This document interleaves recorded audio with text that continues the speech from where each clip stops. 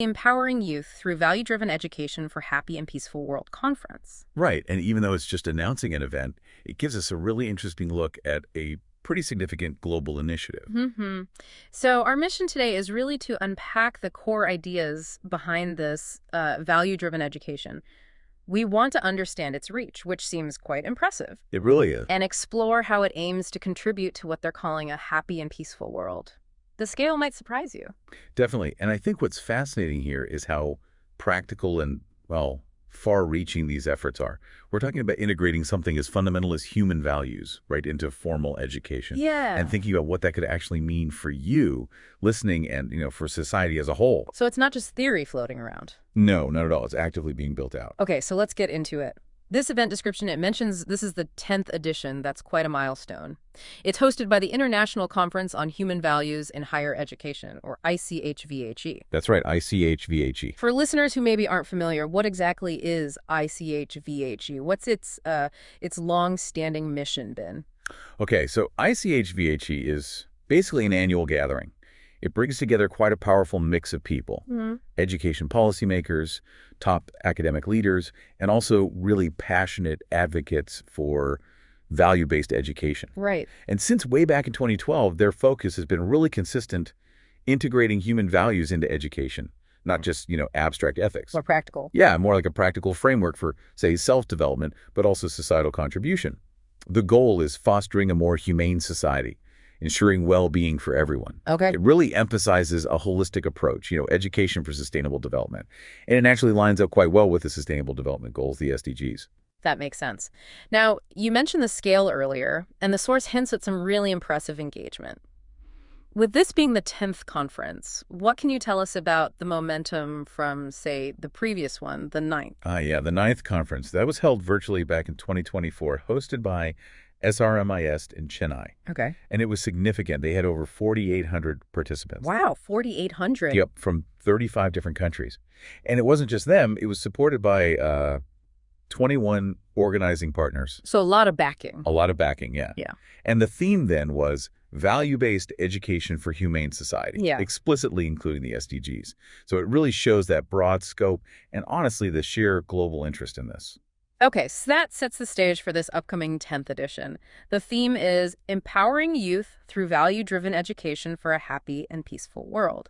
Seems like a clear focus on young people this time. Definitely a spotlight on youth. What are the core areas this conference is going to tackle to achieve that goal? Well, they've outlined 5 key areas for discussion. First, higher education institutions, so universities and colleges. Then school education, bringing it down to earlier levels. Right, K-12 maybe. Exactly. Then holistic health, counseling, and finally, tying it back again, the Sustainable Development Goals. That sounds comprehensive, covering a lot of ground. It really is. It reflects this aim to integrate values across, different educational stages and even life stages, school, higher ed, personal well-being. Okay, this raises a key question for me. It's great to have conferences and discussions, but is this just talk? Is there real-world implementation happening? Are these values actually getting into classrooms? That's the crucial point, isn't it? Yeah. And yes, it's definitely moving beyond just discussion. There's this initiative called Universal Human Values, or UHV. UHV. And it's a core part of this whole movement. Importantly, it's endorsed by major bodies like AICTE and UGC in India. These are the key regulators for technical and higher education. That's significant backing. It really is. Yeah. And the numbers, well, they speak for themselves. They've trained over 90,000 faculty members. 90,000? 90,000, reaching more than 4,000 institutions. Wow. Across over 240 universities. So if you connect that to the bigger picture, these aren't small pilot projects. This shows a really substantial, tangible commitment. Yeah, embedding these values right into the system. Exactly, into the actual educational fabric. Okay, so let's bring this home. What does all this mean for you, our listener? We've talked about global initiatives, thousands of people involved, big institutional support.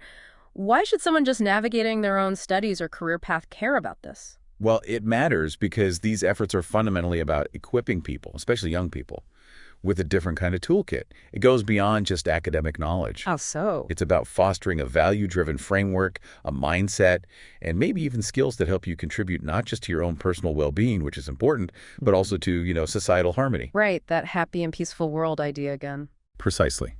It's aiming for a more holistic education, one that addresses not just what you know, but how you live, how you interact with others, with the world, and ultimately how you can be part of building that better society. So shaping citizens, maybe, not just students or workers? That's a good way to put it, yeah. Oh, okay. So we've really taken quite a deep dive here today. We started with just a conference announcement Yeah, just a simple event description. and ended up looking at this really widespread, concrete effort to shape a more, well, humane society through education. And I think the core takeaway is pretty clear. Integrating human values into education isn't just some nice idea anymore. It's happening. It's happening. It's being implemented on a massive scale, a tangible scale, touching thousands of institutions, tens of thousands of faculty members. And the goal is explicit: empowering youth for a happier, more peaceful world. So here's a final thought to leave you with. If education really is becoming more value-driven in this way, how might the skills, the mindset, the whole approach fostered by these initiatives start to influence your approach? Your approach to learning, to your work, even to how you engage with your community in the years ahead. Something to mull over.